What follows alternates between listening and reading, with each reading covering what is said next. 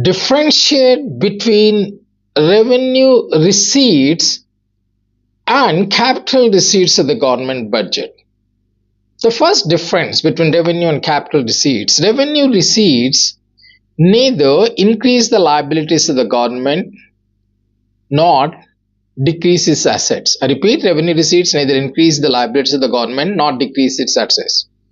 In the capital receipts either increase the liabilities of the government or decrease its assets. Remember, revenue receipts neither increase the liabilities nor decrease the assets, whereas capital receipts either increase the liabilities of the government or decrease its assets.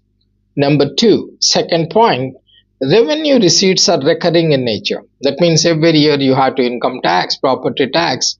Capital receipts are not recurring in nature. Not every year they sell PSUs or they borrow.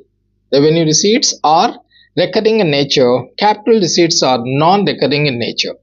Number three, there are two kinds of revenue receipts. One is the tax revenue receipts and the second one is non-tax revenue receipts. Tax revenue receipts are again divided into two, direct and indirect taxes. We have seen it. Property tax, income tax, and indirect taxes are GST.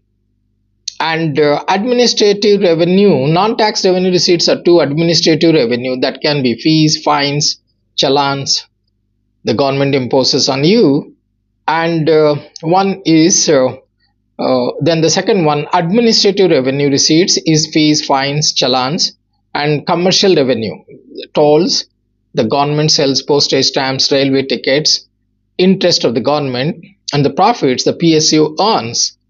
There are three kinds of capital receipts. One is borrowings or loans. Number two is disinvestment.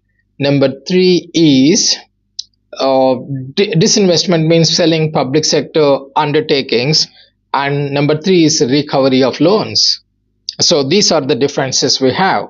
So revenue receipts neither increase the liabilities nor decrease the assets. Capital receipts either increase the liabilities or decrease the assets. Second point, revenue receipts are recurring in nature. Capital receipts are non-recurring in nature.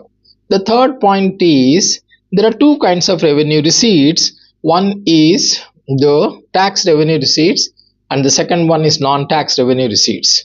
And three here, borrowings and loans or recovery of loans or disinvestment. These are the capital receipts.